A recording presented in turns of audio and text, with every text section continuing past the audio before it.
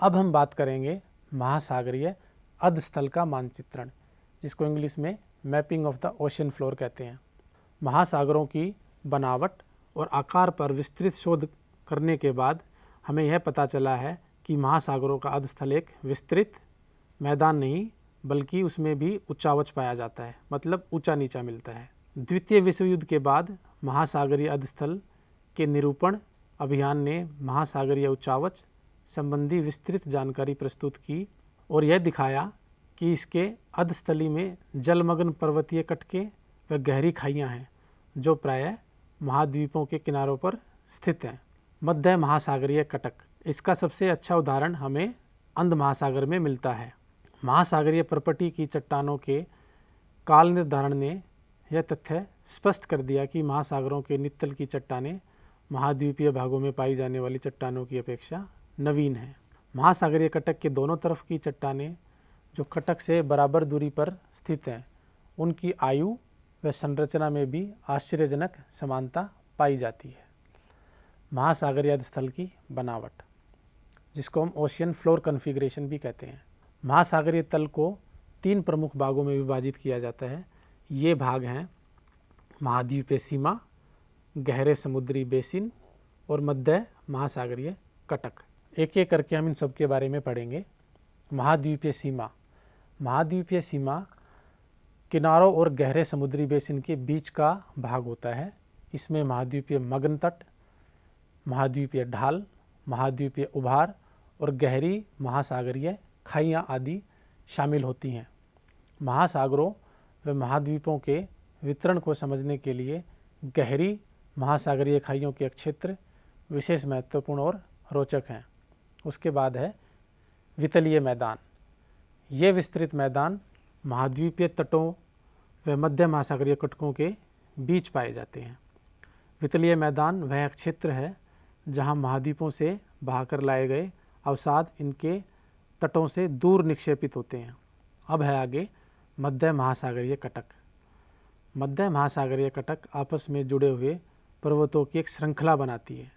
महासागरीय जल में डूबी हुई या पृथ्वी के धरातल पर पाई जाने वाली संभवतः सबसे लंबी पर्वत श्रृंखला है।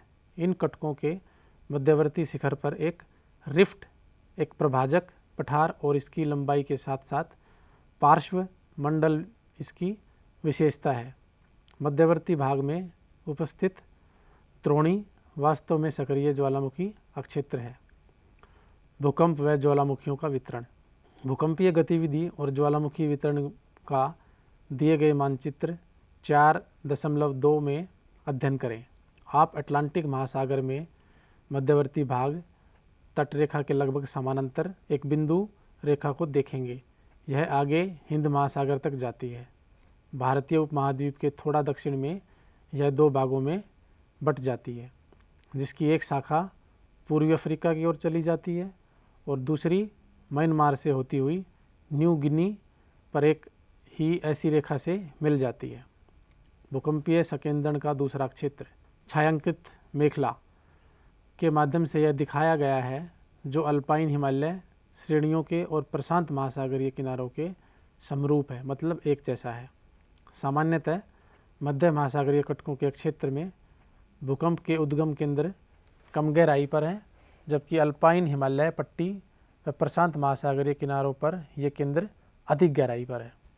ज्वालामुखी मानचित्र भी इसी का अनुकरण करते हैं, मतलब इनके साथ साथ मिलते हैं। प्रशांत महासागर के किनारों को सक्रिय ज्वालामुखी के क्षेत्र होने के कारण रिंग ऑफ द फायर भी कहा जाता है, क्योंकि वहाँ पर ज्वालामुखी फटते रहते हैं। सागरीय अधस्थल का विस्तार, जैसा कि ऊपर वर्णन किया गया है, विस्थापन के बाद के अध्ययनों ने महत्वपूर्ण जानकारियाँ प्रस्तुत की जो वैगनर के महाद्वीपीय विस्थापन सिद्धांत को इस समय की उपलब्धि नहीं मानते। चट्टानों के पुराचुंबकीय अध्ययन और महासागरीय तल के मानचित्रण ने विशेष रूप से निम्न तथ्यों को उजागर किया है, मतलब ये चीज़ें हमारे सामने आई हैं। नंबर 1, यह देखा गया है कि मध्य महासागरीय कटकों के साथ साथ ज्वालामुखी उद्गार सामान्य क्रिया है और ये उद्गार इस क्षेत्र में बड़ी मात्रा में लावा के साथ निकलते रहते हैं। महासागरीय कटक के मध्य भाग के दोनों तरफ समान दूरी पर पाई जाने वाली चट्टानों के निर्माण का समय, संरचना, संगठन और चुंबकीय गुणों में समानता पाई जाती है। महासागरीय कटकों के समीप की चट्टानों में सामान्यतः चुंबक ध्रुवण के गुण पाए जाते हैं तथा ये चट्टानें नवीनतम हैं। कटकों के शीर्ष से दूर चट्टानों की आयु भी अधिक होती है। तीसरा, महासागरीय परपटी की चट्टानें महाद्वीपीय परपटी की चट्टानों की अपेक्षा अधिक नई हैं। महासागरीय परपटी की चट्टानें कहीं भी 20 करोड़ वर्ष से अधिक पुरानी नहीं हैं। गहरी खाइयों में भूकंप के उद्गम अधिक गहराई पर हैं, जबकि मध्य महासागरीय कटकों के अक्षेत्र में भूकंप उद्गम केंद्र कम गहराई पर दिखाई देते हैं। सागरीय अधस्थल का विस्तार।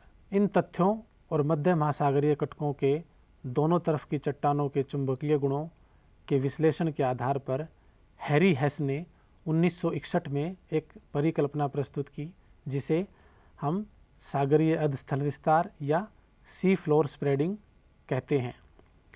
हैरी हेस के तर्कानुसार महासागरीय कटकों के शीर्ष पर लगातार ज्वालामुखी उद्भेदन से महासागरीय परपटी में विभेदन हुआ और नया लावा इस दरार को भरकर महाद्वीपीय और महासागरीय परपटी को दोनों तरफ धकेल रहा है। इस प्रकार महासागरीय अधस्थल का विस्तार होता है। महासागरीय परपटी का अपेक्षाकृत नवीनतम होना और इसके साथ ही एक महासागर में विस्तार से दूसरे महासागर के न सिकुड़ने पर हैरी हेस ने महासागरीय परपटी के अक्षेपण की बात कही। हेस के अनुसार यदि ज्वालामुखी परपटी से नई निर्माण होता है तो दूसरी तरफ महासागरीय गर्तों में इसका विनाश भी होता है। चित्र 4.3 में सागरीय तल विस्तार की मूलभूत संकल्पना को दिखाया गया है। अब हम बात करेंगे प्लेट टेक्टोनिक्स, प्लेट विवर्तनिक। सागरीय तल विस्तार अवधारणा के पश्चात विद्यमान महाद्वीपों व महासागरों के वितरण के अध्ययन में फिर से रुचि पैदा हुई।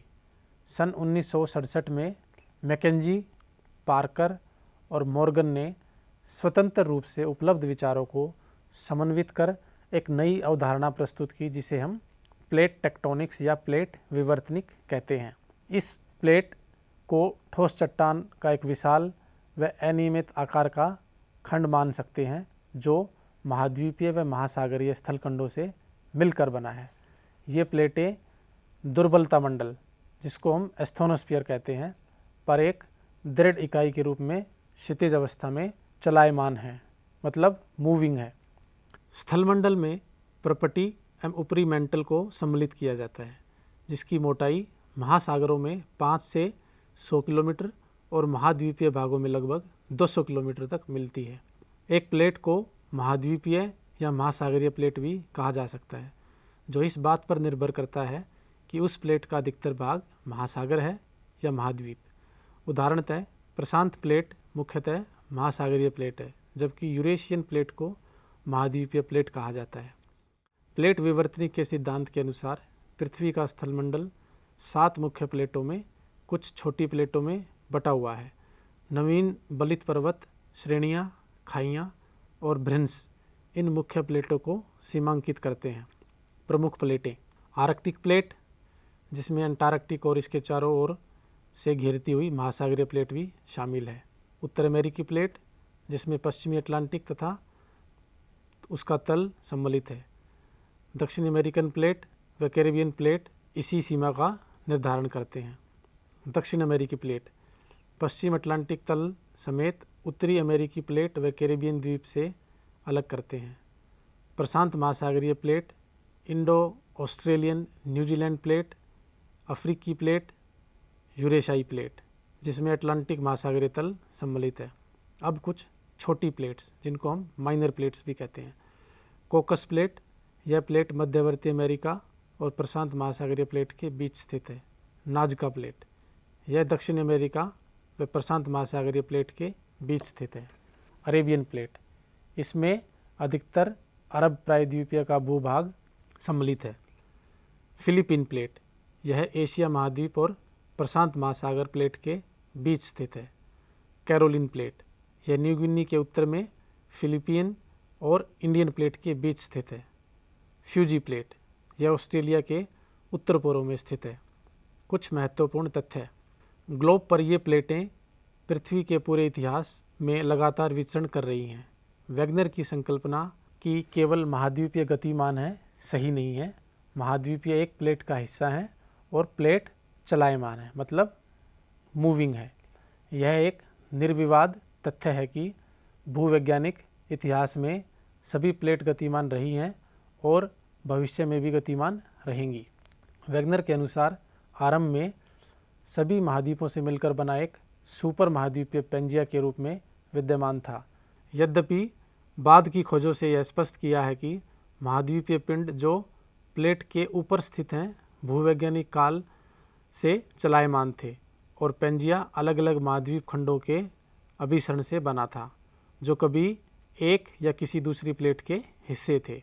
पुराचुंबकीय पैलियोमैग्नेटिज्म। आंकड़ों के आधार पर वैज्ञानिकों ने विभिन्न भूकालों में प्रत्येक महाद्वीपीय खंड की अवस्थिति निर्धारित की है। भारतीय उपमहाद्वीप अधिकांशतः प्रायद्वीपीय भारत की अवस्थिति नागपुर क्षेत्र में पाई जाने वाली चट्टानों के विश्लेषण के आधार पर आकी गई है।